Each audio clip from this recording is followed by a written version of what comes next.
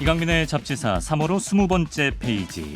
중궁전을 은밀하게 엿보는 맑은 눈의 역사 광인 박광일 선생님과 함께합니다. 어서 오세요. 안녕하세요. 잡지사의 모든 콘텐츠를 이렇게 두루 즐겨보는 구독자분들도 계시지만 편식하는 분들도 계시거든요. 근데 그중에서도 박광일 선생님의 역사 이야기만 내가 골라본다. 일주일을 기다린다. 이런 분들이 날로 늘어나고 있습니다. 훌륭하신 분들이죠. 저와 함께 네. 중궁전으로 들어가 보시면 좋을 것 같습니다. 그렇습니다. 네. 최근에 왕비 이야기도 반응이 좋아요. 네, 왕비의 삶으로 역사를 보는 것과 왕의 눈으로 역사를 보는 게 굉장히 차이가 납니다. 그러니까 왕비는 자신 낳은 세자를 포함해서 네. 그다음에 대군, 공주, 옹주를 네. 어떤 눈으로 바라보았을까? 네. 예를 들어 양령과 네. 효령과 충령이 네. 향후에 어떻게 보면은 권력 다툼이라고 하는 것들을 벌이게 되었을 때 네. 그거를 바라보고 있었던 원경왕후의 마음은 어땠을까? 어머니시죠? 예. 그렇죠. 예. 이런 어떤 모습들을 염두에 두고 보면은 네. 자연스럽게 역사를 조금 더 입체적으로 볼 수 있을 것 같은데요. 네. 보통은 이런 얘기들을 다른 데서는 잘 안 합니다. 음. 그런데 이강민의 잡지사에서는 이런 기획을 하기 때문에 예. 자연스럽게 저도 부득이 야하. 그런 내용들을 다시 한번 찾아보게 되고요. 그렇습니다. 그래서 궁궐에 경복궁에 가더라도 네. 교태전을 한 번 더 보고 어허. 창덕궁에 가더라도 대조전을 한 번 더 봄으로써 아하. 중궁전의 기운을 받아서 오늘 여러분께 그 중궁 이야기, 그렇습니다. 중전의 이야기를 예. 전해드리려고 합니다. 언제까지 태종이 맨날 노발대발하고 이런 장면만 보실 겁니까, 여러분? 그렇죠. 예, 이제는 다른 시각에서 이강민의 잡지사와 역사를 즐겨주시길 바랍니다. 선생님 오늘 저희가 제목을요. 두 왕비 이야기로 잡아봤어요. 이 두 명의 왕비를 만나볼 텐데 이분들이 앞서 이야기한 왕비들과는 좀 다른 점이 있다고 들었습니다. 네, 보통 이제 우리가 왕비 하면은 조선 후기의 왕비상을 생각을 합니다. 그러니까 내외명부를 통괄하긴 하지만 무엇보다도 좀 점잖게 중궁전에 앉아서 그렇죠. 정사를 보거나 지엄하게. 또는 어떤 뭔가 일을 만들어가는 그런 모습들을 상상하신다면 네. 이 두 분은 말을 타도 이상하지 않을 것 같은, 말을 타도.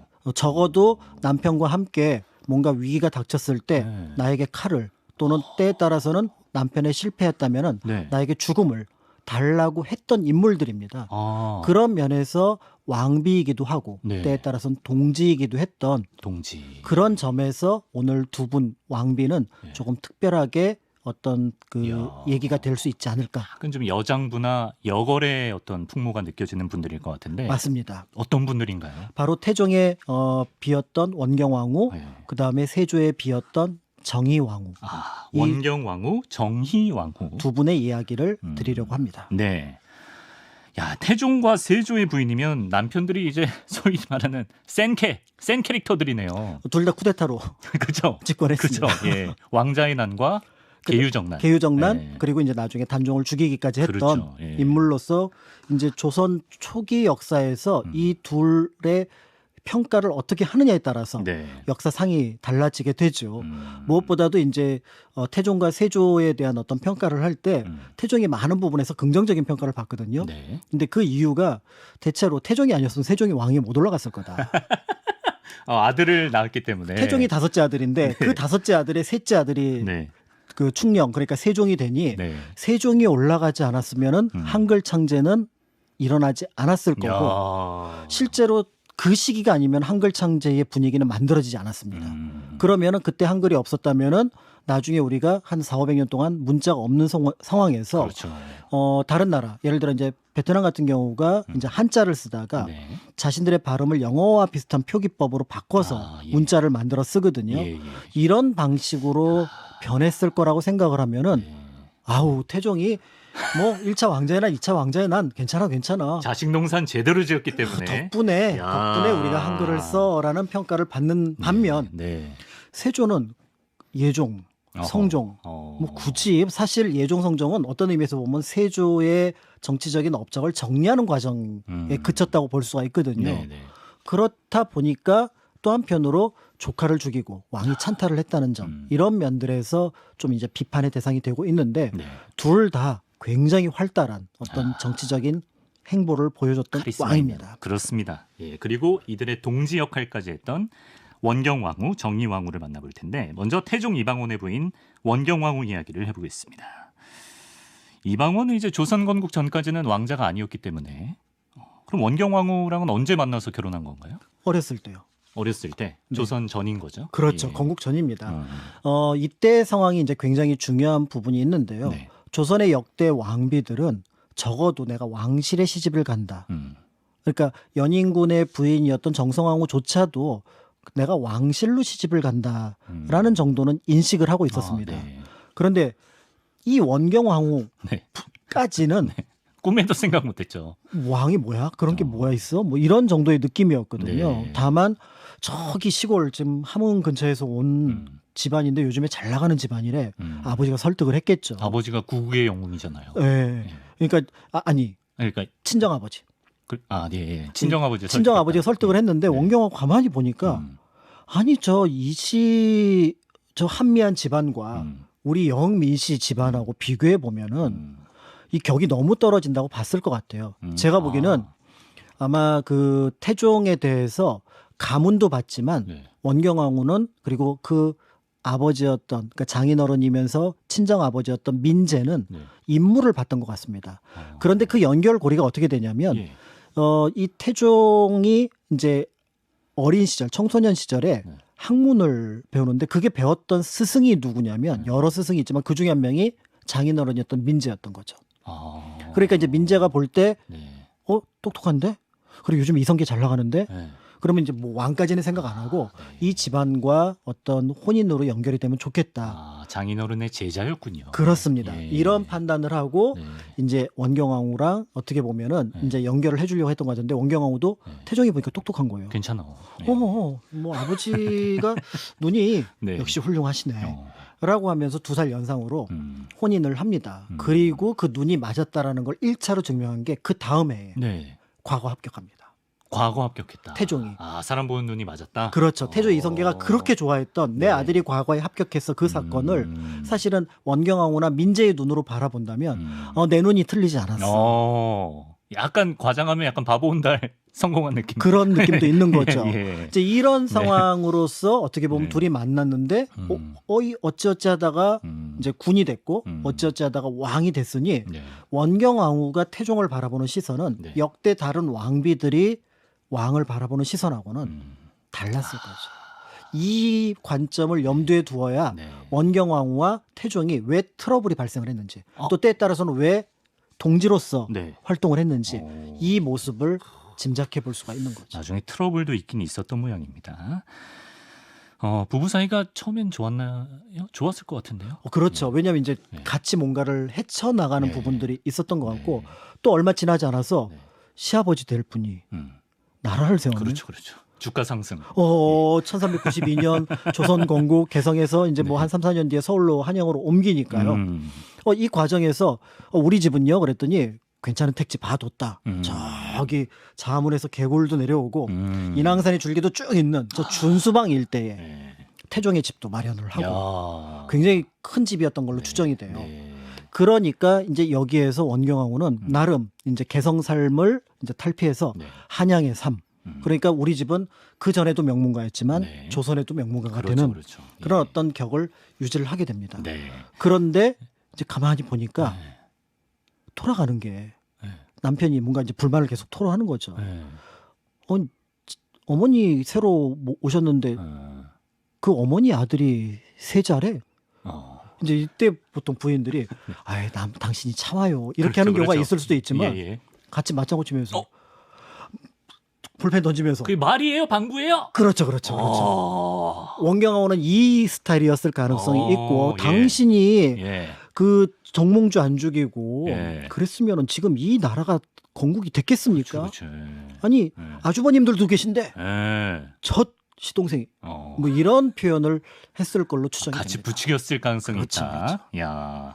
사실 우리 이방원의 일생을 다루는 사극만 봐도 이 원경왕후의 비중이 굉장히 좀 크게 나올 때가 많았던 걸로 기억을 하는데 실제로 원경왕후가 수차례 아주 태종이 왕이 되는데 큰 도움을 줬다고 하더라고요. 그렇습니다. 가장 큰 사건은 역시 제1차 왕자의 난입니다. 보통 우리가 제1차 왕자의 난은 이 시간에도 말씀을 드렸지만 네. 여러 가지가 있지만 결국은 태조가 왕위에서 물러나고 태종으로 권력이 넘어온 과정이었고요. 네. 그 과정의 중간 단계로서 정종이 잠시 왕위에 올라간 것. 네. 그런 면에서 볼 때 태조에서 태종으로 권력 이양이 됐던 단계라고 볼 수가 있습니다. 그렇죠. 예. 이제 여기에는 그 배경이 신덕왕후 강씨와 그다음에 이제 정도전을 중심으로 해서 막내였던 방석을 세자로 삼은 것이라고 볼 수가 있는데요. 네. 아까 뒷담화하던. 그렇죠. 예. 근데 문제는 이 국면을 누가 주도를 하고 있었냐면 태조 이성계가 주도를 하고 있었던 거죠. 예. 그런데 아무리 자신들이 욕망이 있고 그다음에 주변에 사병이 있고 네. 하더라도 아버지를 이길 수는 없거든요. 이거는 실제와 명분에서도 차이가 나는 거죠. 네. 그러니까 기회를 봐야 됩니다. 기회를 봐야 되는데 네. 이제 그 기회가 이 신의 왕후, 그러니까 첫 왕비의 아들들 눈에 네. 들어오기 시작한 거예요. 아버지 요즘에 편찮아. 군대를 통솔할 수가 없을 것 같아. 요 느낌을 가지고 있었던 거죠. 네. 이제 요 분위기 속에서 이제 그 태종하고 아마 원경왕후는 서로 뭔가 결정적인 시기가 되면은 작전을 짰던 것 같아요. 야. 아니나 다를까 네. 어느 날 1398년 8월 달인데요. 네. 8월 달에 태조가 너무 아프니까 네. 이제 병이 이제 심하게 네. 이제 다시 뭔가 안 좋아진 상황이 된 거죠. 아들들을 다 부릅니다. 네. 궁궐로 다 간 거죠. 궁궐로 다 들어가서 이제 우리가 알고 있는 궁궐 한 귀퉁이에 앉아서 아버지 오늘 아프시네. 큰일 났네. 어떡하지? 뭐 이러고 있는 거죠. 예, 예. 근데 태종 머릿속은 이제 돌아가기 시작하고 태종의 형이었던 방간, 네. 넷째도 굉장히 아심가거든요. 방간, 예. 예, 이 머리가 막 돌아가기 시작했던 것 같아요. 네. 어떡하지? 이럴 때 이 분위기를 동시에 눈치챘던 원경왕후가 아, 예. 예, 방원한테 사람을 보냅니다. 왜? 내가 배가 아픈데 어. 소화제 좀 사와? 사와. 집에 오라고? 그렇죠. 아. 집에 오라고 지금 뭐 하는 짓이야 지금. 네. 내가 배가 아파. 그때 임신을 했을 때였거든요. 아, 예. 배가 아프다고 빨리 오라고 이 얘기를 별로 안 아팠는데. 그렇죠. 예. 그러니까 이 예. 신호를 안 거죠. 예. 이때가 타이밍. 아, 둘만의 신호. 예. 어. 그러니까 이제 형들한테 뭐라고 얘기를 하냐면 네. 지금 처가. 처가 지금 배가 아프다는데 큰일 났어. 뭐 어떻게요? 가봐 이럴 거 아니에요. 예, 예. 가봐 이 사이에 음. 사실은 그 전에 하륜, 이숙번 같은 예. 이제 배후 어떤 군사력이 네. 다 집중을 하고 있었던 상황이었고요. 네. 이 상황에서 우리가 알고 있었던 제1차 왕자의 난의 기치를 올리게 됩니다. 그 작전을 같이 짜고 시행했더니 도와주고 시행했던 인물이 원경왕후예요. 그렇죠. 그러니까 원경호가 이렇게 예. 불러내는 작전이 설사 사전에 합의가 됐다고 하더라도 네. 그만한 간이 없으면 이건 기지죠. 기지와 그러니까 배짱이죠. 이런 것들이 없으면은 예. 결국은 그런 일을 같이 도모할 수가 없는 거고요. 야, 진짜 여장부시네. 예, 그리고 나서 우리가 알고 있는 것처럼 이제 1차 왕자난을 성공을 하고 정도전 죽이고 방석 죽이고 정권을 잡았다. 이렇게 알려졌다는 점에서 네. 어떤 의미에서 보면은 태종의 왕위의 30% 내지 50%는 원경 왕후의 몫이다라고 해도 과언이 아닙니다. 그리고 이 원경왕후 이분이 얼마나 대단하냐면 저희 에디터가 조선왕조실록에서 기록을 하나 가져왔는데 이제 나중에 아까 말씀하신 야심가 이방원의 또 다른 형제인 이방간이 일으킨 2차 왕자의 난 이날의 기록입니다. 정안공이 그래서 정안공은 이방원의 왕자 시절 호인데요. 정안공이 종을 불러 갑옷을 내어 여러 장수에게 나누어 주게 하고 안으로 들어가니 부인이 곧 갑옷을 꺼내 입히고 대의를 이야기하며 군사를 움직이게 하였다. 태종의 부인 원경왕후가 갑옷을 직접 입혀주면서 군사까지 움직였다. 그렇죠. 이제 이때 와. 이제 시중에서는 또 형과 동생이 싸우는 거 아니냐. 네. 그런데 원경호가 네. 대의를 위해서입니다. 나라를 위해서입니다. 또 붙이게. 그러니까 이제 그 분위기를 예. 만들어서 자연스럽게 태종은 사실은 이제 2차 왕자의 난은 1차 왕자의 난에 비해서는 규모도 작고 굉장히 네. 싱겁게 끝나긴 합니다. 음. 보통 박포의 난이라고 표현을 하기도 하는데요. 네. 바로 이제 방간을 제압을 하고 이 사건을 겪으면서 정종이 동생이 달라는구나. 왕위를. 네. 그러면서 이제 정종이 물려주고 자신은 이제 격구치러 다니는. 겪고. 나쁘지 않다 이러면서 예. 격구치러 다녔던 그 상황이 이 2차 왕자의 난과 연결이 되어 있습니다. 예. 자, 이렇게 결국에 자신의 도움으로 남편이 태종으로 즉위하면서 본인도 이제 왕비가 되고요.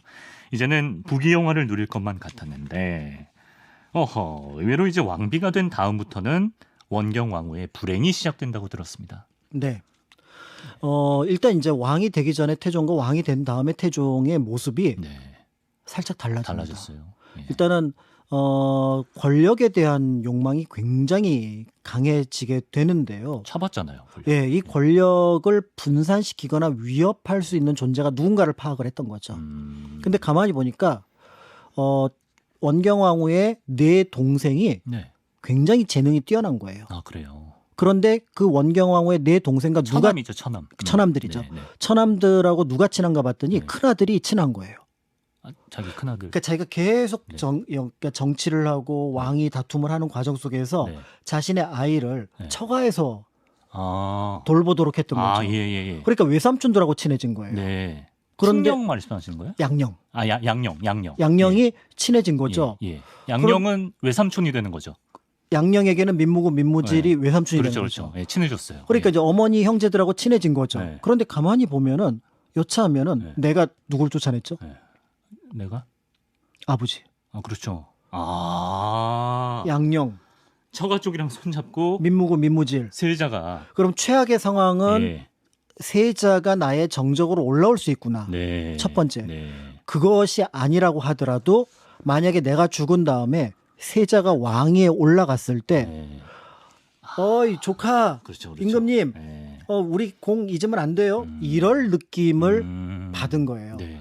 그러니까 결국은 이제 민무고 민무율 형제가 네. 조금 근신을 해야 되는데 네. 이때 근신보다는 약간 자신감 그리고 이제 형님 아시잖아요. 제가 그 안 냈으면 그때 그거 못 이겼어요. 1차 왕제난부터 참여를 하거든요. 아, 도와줬어요, 처남들이. 그러니까 아, 예. 그때 제공 잊으면 안 됩니다. 이 얘기가 굉장히 부담스럽게 다가오는 거죠. 그러니까 이 사람들도 정치를 잘 못하는 부분이었던 거죠. 그러니까 눈치가 없었어요. 네, 그러니까 이제 예. 결국은 장인어른이 자신의 스승이기도 한 상황이니까 예. 이때는 죽이지는 않고 귀양을 보냅니다. 아, 귀양도 사실. 그렇지만 이제 이때부터 이제 그 장인어른은 속을 끓죠. 이게 눈에 보이기 시작하는 거예요. 아, 이 권력투쟁 속에서 내 아들들이 그렇죠. 내 사위한테 당할 수 있겠구나. 어, 이 상황 속에서 네. 장인어른이 돌아가시자마자 결국은 여러 이유를 대서 네. 먼저 2명의 형제를 네. 죽입니다. 처남들을. 사약을 내려서 죽입니다. 아니 그래도 거기 부인의 도움을 그렇게 받았는데 부인의 남동생들을 그렇게 죽여도 되나요? 그러니까요. 나 참. 그러니까 이 상황에서 결국은 나중에 이제 그 두 남은 그 처남 역시도 네. 귀양을 보내는데 기록에 따르면 자진. 아, 그러니까 자진하라. 벌을 내려서 이제 결국은 자신들이 그걸 이기지 못할 것 같아서 자진을 했다라고 하지만 결국은 그 밑에 있었던 2명의 형제 또 죽었으니까. 민무휼, 민무회. 예. 그러니까 민무고 민무질이 위의 형이고 그다음에 민무휼, 민무회가 있었는데 이 4명의 처남이 모두 죽임을 당했으니 이거를 바라보고 있었던 원경왕후는 속이 다 들어갔죠. 지금 자기 친정이 쑥대밭이 됐으니까요. 그렇습니다. 예. 그리고 이제 부부 사이에 갈등이 생긴 게요. 태종의 여자 문제가 또 남달랐답니다, 여러분. 태종이 여자가 많았습니까? 뭐 후공 말씀하시는 건가요? 네. 예. 이게 이 부분이 이제 원경왕후하고 또 트러블이 되는 또 하나의 근데 이유였던 이때는 거죠. 왕은 뭐 여자가 많아도 괜찮은 시대 아니에요? 그렇죠. 예. 그런데 이제 이게 예. 뭔가 그래도 원경왕후를 배려하는 차원에서 네. 내가 이번에 후궁을 드려야겠어. 좀 적당히. 그러니까 조금 뭔가 그 나라를 위해서 뭐 이런 뭐 명분이라도 좀 명분이라도 있어요. 좀 있어야 예. 되는데 네. 처음에 2명의 후궁이 바로 누구냐면 원경왕후의 종이었습니다. 아하. 그럼 또 이제 예민해지죠. 예. 내가 부리던 종을 예. 갑자기 나랑 동항으로 만든 부인으로 만든 거잖아요. 그러니까 이 상황에서 특히 첫 번째 그 종이었던 김 씨는 네. 나중에 빈으로 이제 책봉이 되는데 네. 굉장히 얼굴이 예뻤다고 해서 굉장히 그것 때문에 이제 원경왕후가 임금이 되더니 여색을 밝히는구나 이렇게 했고 두 번째는 자신이 정말 아끼는 친정에서부터 데리고 있었던 여종이었거든요. 네. 그 여종을 또 어느 날 참. 후궁으로 만들어 버린 거죠. 네. 그러니까 이제 여기에 대해서 네. 굉장히 화를 냈더니 화를 냈군요. 원경왕후 화를 원경왕후 냈죠. 답네요. 예, 네. 화를 냈더니 네. 여기서 그럼 태종이 한 발 물러서야 되는데 감히 나한테 화를 내? 아, 그러면 여기서 내가 새로운 방법을 보여주겠어. 네. 라고 하면서 후궁 가운데 그러니까 보통 궁녀나 이런 과정 속에서 승언을 입어서 이제 후궁이 되는 케이스가 있지만 네. 격식을 차려서 맞이하는 후궁을 간택 후궁이라고 합니다. 아, 더 뭔가 모시는 느낌이에요. 그렇죠. 예. 그러니까 이 간택 후궁 제도를 만듭니다. 아, 그때 만들어 버렸어요. 네, 그래서 내가 그러면 후궁을 이렇게 만들죠. 그러니까 이거는 어떤 의미에서 보면은 왕비가 있는데 네. 후궁의 권위를 높여주는 거거든요. 네, 네. 원경하고 더 화가 나는 더 거죠. 화가 나죠. 아, 그럼 원래대로 할게. 그러니까 끊이지 않고 여성들을 두니까 평소에 그 태종 문제에 끼어들지 않기로 유명했던 정종이 격구치다가 네. 아, 참 물러나 있던 정종이 네, 게이트볼 치다가 예. 예. 너무한 것 같소. 아. 왕후를 생각해야지. 아, 그렇게 말할 정도로 실제로 그렇게 얘기를 했거든요. 예.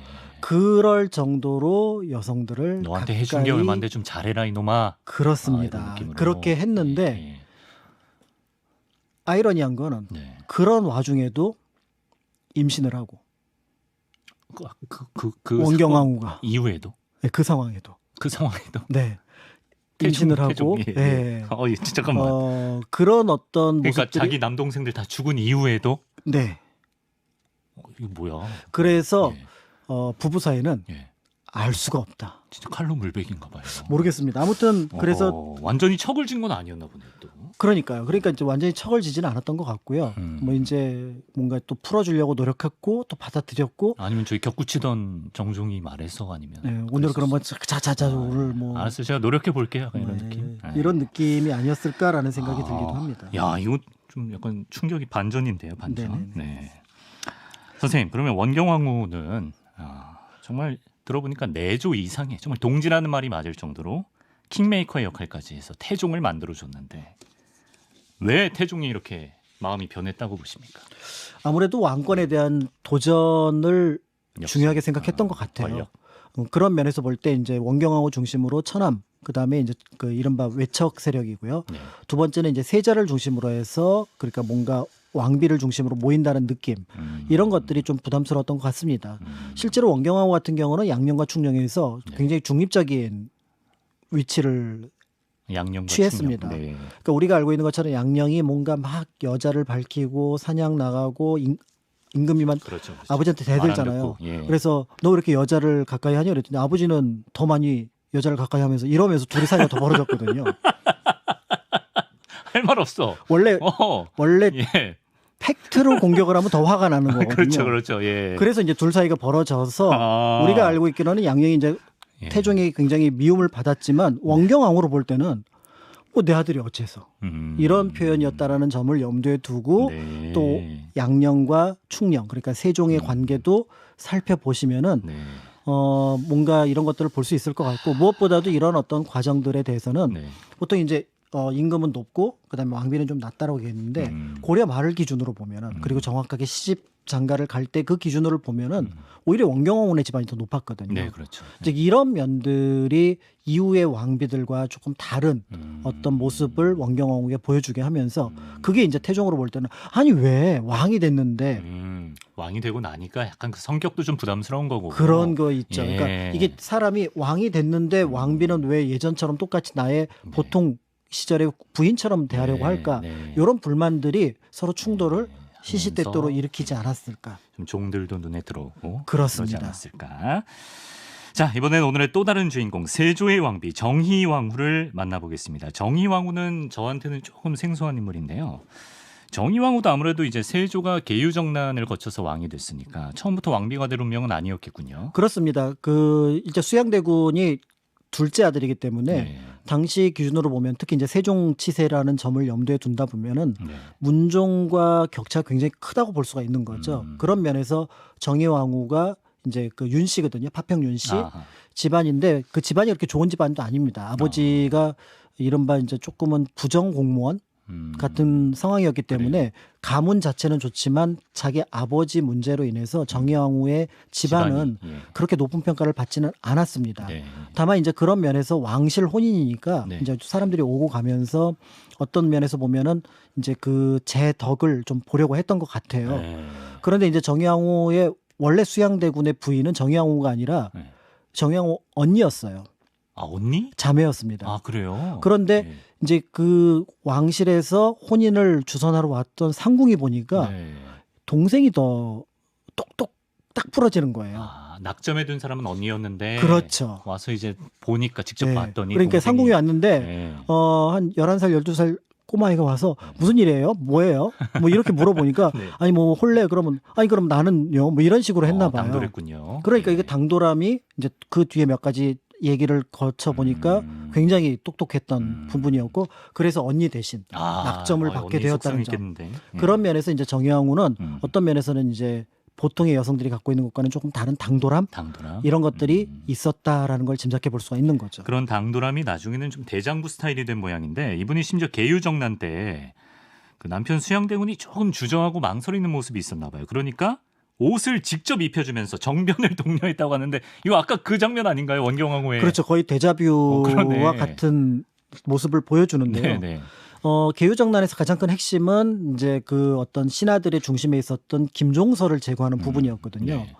우리는 이제 그 영화나 드라마를 보면은 아주 그 수양이 자신감 탁 넘쳐가지고 네. 김종서를 딱 치러 가는 네. 그 느낌으로 보이지만 그렇죠. 실제 이런 기록들을 참고를 해보면은 약간 망설였던 것 같아요. 근데 사람이라면 김종서 이길 수 있을까? 이 정도 일인데. 이 양반이 뭐 준비를 해놓으면 어떨까? 이런 느낌을 가지고 있었던 것 같습니다. 예. 그러니까 이제 조금 망설였는데 정의왕후가 준비했잖아요. 나가셔야죠. 등 떠밀고. 예. 지금 여기서 이기지 못하면 어떻게 하려고요? 네. 이런 면에서 볼 때 자연스럽게 어떤 의미에서 보면은 정의왕후는 원경왕후도 봤을 것 같아요. 약간 그 사례를. 롤모델 느낌 약간. 왜냐하면 예. 이 조선 초기의 분위기가 네. 원래 원칙은 적자 상속이지만 네. 적자가 왕위를 잇는 게 맞지만 그렇죠. 예.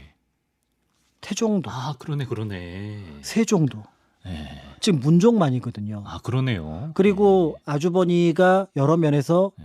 그 뭔가 건강상의 문제가 있다라는 것들을 알고 있었다면은 네. 기회가 없는 건 아닌데 좀 비슷하다 진짜. 이 장면을 본 것 같아요. 네.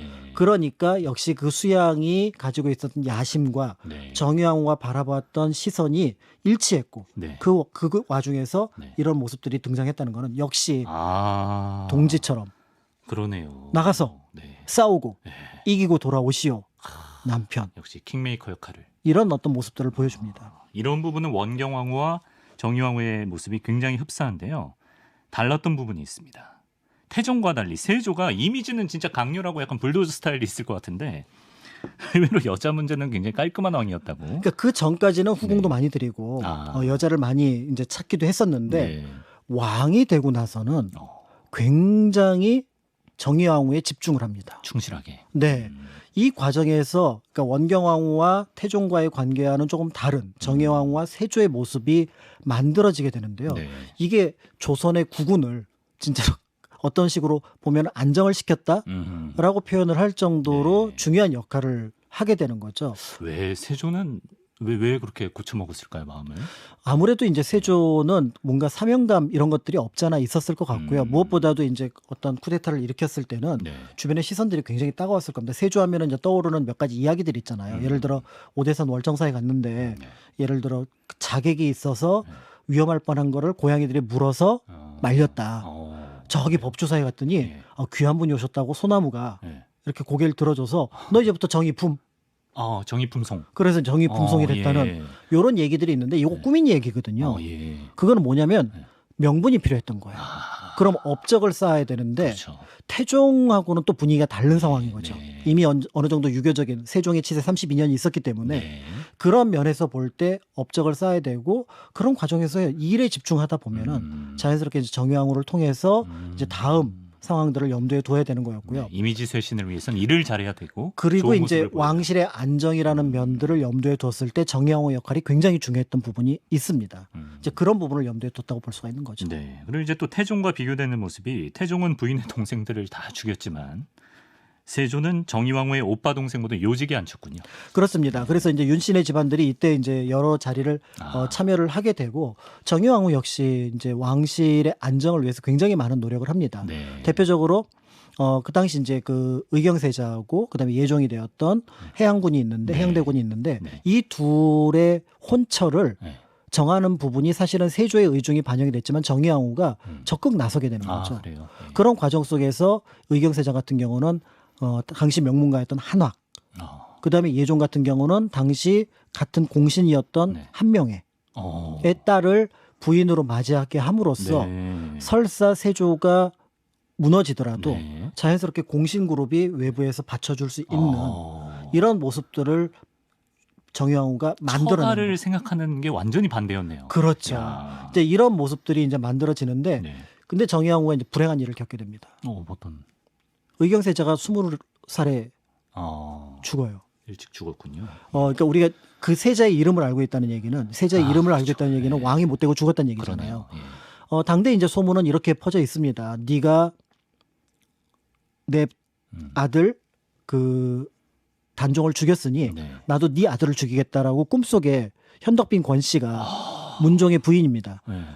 권 씨가 나타나서 그것 때문에 의경세자가 죽었다. 아유. 이런 내용이 섬뜩하네요. 이렇게 퍼져 나가는데 예. 그거는 일단 순서가 안 맞기는 합니다. 왜냐하면 의경세자가 먼저 죽고요. 아, 그래요? 단종은 그 2달 뒤에 영월에서 예. 생을 마감하거든요. 네. 그러니까 이제 요 맞진 않지만 그때 그런 말이 퍼졌다는 거는 묘하게 의경세자도 19살, 그러니까 20살, 그 다음에 예종도 20살에 죽습니다. 아, 예. 그러니까 정의왕후는 자기가 살아서 큰아들, 둘째 아들이 모두 죽는 거를 예. 봤던 거죠. 아, 그러니까 그 부분이 단순하게 가문에서도 큰 어떤 고통이 되겠지만 이게 왕위를 연결하는 부분하고도 그렇죠. 그렇죠. 관련이 있다는 점에서 예. 조심스러운 부분이 있었는데 특히 이제 의경세자 같은 경우는 아버지하고는 성격이 완전 딴판이었대요. 뭐 온순하고 예. 효성스럽고 그다음에 주변 사람들하고 잘 어울리고 덩치는 좀 컸지만 네. 잔병치레가 좀 있었던 것 같고요.